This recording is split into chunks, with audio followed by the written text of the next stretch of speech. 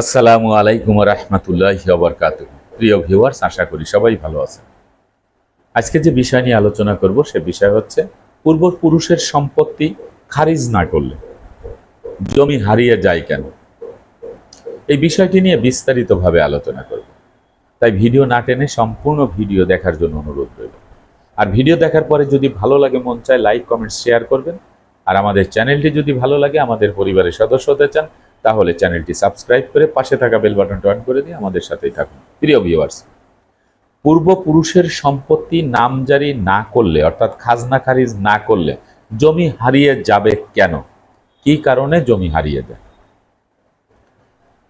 পূর্বপুরুষের সম্পত্তি অর্থাৎ এই সম্পত্তিটি আসে দাদার বাবার থেকে অথবা তার বাবার থেকে, ধারাবাহিকভাবে বংশ পরম্পরায় এই সম্পত্তিটি চলে আসে। কার কাছে আসে? বাবার কাছে আসে।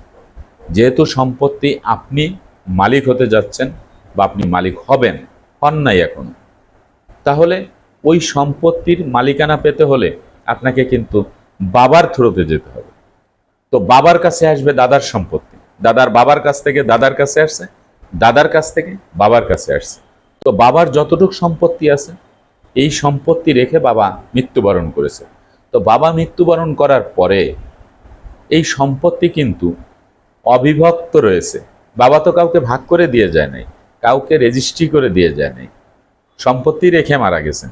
তাহলে বাবার যদি 5 বিঘা সম্পত্তি 10 দাগে থাকে, তো এই 10 দাগের সম্পত্তি 5 বিঘা সম্পত্তিতে বাবা যে সন্তান, পুত্র সন্তান, কন্যা সন্তান, স্ত্রী বা বাবার বাবা মা কেউ যদি থাকে, সবাই অগ্রাধিকার ভিত্তিতে এই সম্পত্তির মালিকানা পাবে এবং তারা কিন্তু বৈধভাবেই মালিকানা পাবে হিস্সা মোতাবেক। তাহলে এই যে সম্পত্তি কে কোন জায়গা থেকে খাবে? বাবা তো বলে যাননি, বাবা তো কাউকে দলিল দিয়ে যাননি, তাহলে কোথা থেকে খাবে? এই অবিভক্ত সম্পত্তির প্রত্যেক ইঞ্চিতে ইঞ্চিতে, প্রত্যেক দাগে দাগে প্রত্যেক ওয়ারিশ মালিক। প্রত্যেক একটা নারকেল গাছ যদি থাকে আর 10 জন ওয়ারিশ থাকে, তাহলে ওই নারকেল গাছটারও 10 জন শরীক, কারণ সম্পত্তি ভাগ হয় নাই। একটি পুকুর থাকলে ওই পুকুরের 10 জন অংশীদার, কারণ সম্পত্তি ভাগ হয় নাই। এখনো পর্যন্ত ভাগ হয় নাই যে কার ভাগে পুকুর পড়ছে আর কার ভাগে নারকেল গাছ পড়ছে। এই যে একটি সহজ পদ্ধতি, এর জন্যই এই অবিভক্ত সম্পত্তি সরাসরি আপোষ বন্টননামা দলিল করতে হয়। আপনারা জানেন যে নামজারির বিষয়ে সরকার পরিপত্র জারি করেছে। 2 পদ্ধতিতে আপনি নামজারি করতে পারেন। সমষ্টিগতভাবে সবাই মিলে এই সকল সম্পত্তির আপনি নামজারি করতে পারেন।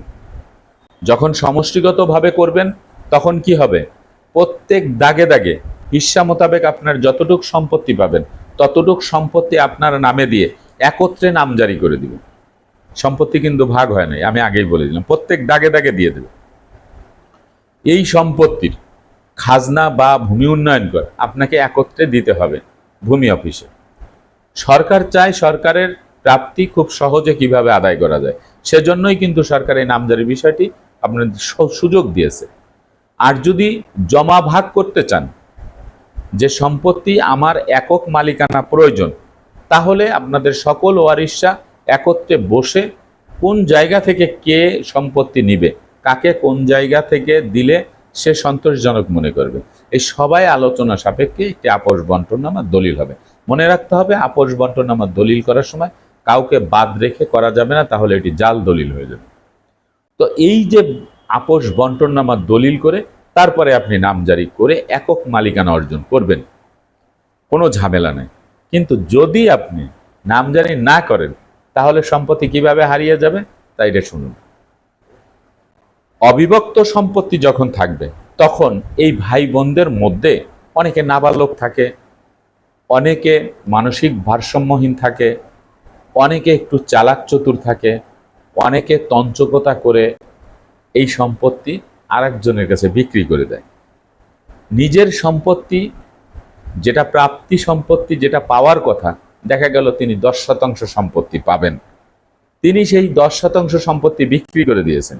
আমাদের সমাজে কিছু মানুষ আছে, তারা বলেন যে সম্পত্তি আমার বিক্রি করে দাও, আমি ক্রয় করার পরে কিভাবে দখলে যেতে হবে, কিভাবে খেতে হবে আমি বুঝবো। This is wrong. কারণ অবিভক্ত সম্পত্তি বিভক্ত না হওয়া পর্যন্ত, আপোষ বন্টননামা দলিল না হওয়া পর্যন্ত যারাই সম্পত্তি ক্রয় করবে, আর ওই সম্পত্তির ভিতরে যদি অন্য কোনো ওয়ারিশের সম্পত্তি ঢুকে যায়, তাহলে কিন্তু দলিল বাতিলের মামলা করা যাবে। তাহলে এই যে 10% সম্পত্তি বিক্রি করে দিল, আর একজন মালিক হয়ে সেই সম্পত্তি ক্রয় করে নিল, সম্পত্তি তো অবিভক্ত রয়েছে। 5 বিঘা থেকে 10% চলে গেলে থাকলো 4.5 বিঘা। এক বছর বা 2 বছর পরে দেখা গেল আর এক ভাই সেখান থেকে 1 বিঘা বিক্রি করে দিয়েছে, সে পাবে হচ্ছে মাত্র 5% বা 7%। 1 বিঘা সম্পত্তি বিক্রি করে দিয়েছে। বিক্রি করার পরে যে গ্রহীতা তিনি সেই সম্পত্তি নিয়ে গেছে, এখন সম্পত্তি আছে 3.5 বিঘা। আপনি এইভাবে যদি 10 বছর চলতে থাকে, তাহলে এক সময় দেখা যাবে 5 বিঘা সম্পত্তি কমতে কমতে 10 কাঠা সম্পত্তিতে চলে আসছে বা 1 বিঘা সম্পত্তিতে চলে আসছে। এই যে সম্পত্তি আপনার হারায় যাচ্ছে, এর কারণই হচ্ছে একটি, যে অবিভক্ত সম্পত্তি দলগতভাবে সবাই সেখানে বসবাস করেন, যে যেখান থেকে পারতেছে সেখান থেকে বিক্রি করে দিচ্ছে। কিন্তু যদি আপনি আপোষ বন্টননামা দলিল করে যদি পৃথক করে নেন, নিজের সম্পত্তিটা নিজের যদি একটি দলিল হয়ে যায়, নিজের নামে যদি একটি নামজারি হয়ে যায়, তাহলে কি হবে? ওই সম্পত্তিটা আর কেউ বিক্রি করতে পারবে না।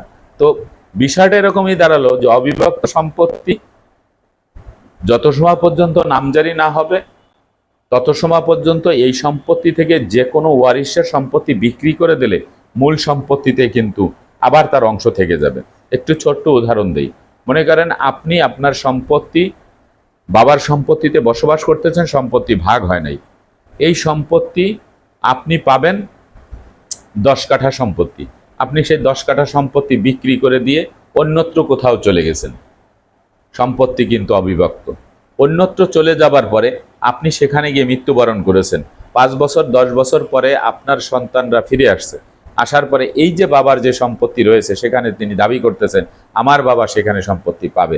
কিভাবে প্রমাণ করাবেন যে আপনি সম্পত্তি পাবেন না? তখন বলা হবে তোমার বাবা 10 কাঠা বিক্রি করে দিয়ে গেছে। তো 10 কাঠা যে বিক্রি করে দিয়েছে, তিনি তো সেটা তিনি অবৈধভাবে বিক্রি করেছেন, তিনি তো ভাগ বাটোয়ারা করে বিক্রি করেন নাই। এলাকার কিছু মানুষ আছে, তারাও কিন্তু তাদেরকে উৎসাহ দিবে যে এখানে তোমাদের সম্পত্তি আছে। আপনার সকল সম্পত্তি বিক্রি হওয়ার পরও যদি 10 কাঠা সম্পত্তি থাকে, ওই 10 কাঠা সম্পত্তিতে সবাই বলবে এখানে আমাদের অংশ আছে। কারণ সম্পত্তি এককভাবে কারো নামে জমা ভাগ হয় নাই, নামজারি হয়ে যায় নাই। এই জন্যই বলা হয়েছে যে পূর্বপুরুষের সম্পত্তি যদি আপনি নামজারি না করেন, তাহলে এইভাবে সম্পত্তি হারিয়ে যেতে পারে। এখন প্রশ্ন হচ্ছে যে যদি বিক্রি করে তাহলে তো মামলা করতে হবে। দেখুন, সম্পত্তি একবার হাতছাড়া হয়ে গেলে আর সেই সম্পত্তি নিয়ে বিজ্ঞ দেওয়ানি আদালতে, অর্থাৎ কোর্টের বারান্দায় আপনি দৌড়াইতে দৌড়াইতে আপনার জীবন শেষ হয়ে যাবে। আপনি তো চলে যাবেন, পরবর্তীতে আপনার যে সন্তানরা থাকবে তারাও এই কোর্টের বারান্দায় দৌড়াইতে হবে। কারণ আপনি যখন মামলা করবেন, আপনার আর এক পক্ষ কি করবে, সেখানে ভেটো দিবে।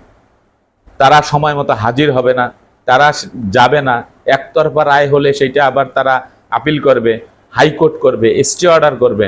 এত ঝামেলার তো দরকার নেই। এই জন্য সহজ পদ্ধতি হচ্ছে, যখন পূর্বপুরুষের সম্পত্তি বা পৈতৃক সম্পত্তি রেখে যখন বাবা মারা যান, তখন সাথে সাথে এটা নামজারি করে যার যার সম্পত্তি তাকে দিয়ে একক মালিকানা অর্জন করে যদি কেউ বসবাস করে, এই সম্পত্তি থেকে কোনো সুযোগ নাই, কমবে না, যার সম্পত্তি সে যত সময় পর্যন্ত বিক্রি না করবে। আশা করি বিষয়টি বুঝতে পেরেছেন। আজকের মতো ভিডিও এখানে শেষ করব। আগামীতে দেখা হবে অন্য কোনো ভিডিও নিয়ে। সে পর্যন্ত সবাই ভালো থাকবেন, সুস্থ থাকবেন, আর আমার জন্য দোয়া করবেন। আল্লাহ হাফেজ।